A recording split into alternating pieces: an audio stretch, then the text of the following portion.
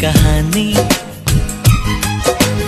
एक था लड़का एक थी लड़की दीवानी, वो भी हंसने लगी थी ये भी हंसने लगा था। दोनों समझे नहीं थे वो जो होने लगा था। आओ सुनाओ प्यार की एक कहानी। एक था लड़का एक थी लड़की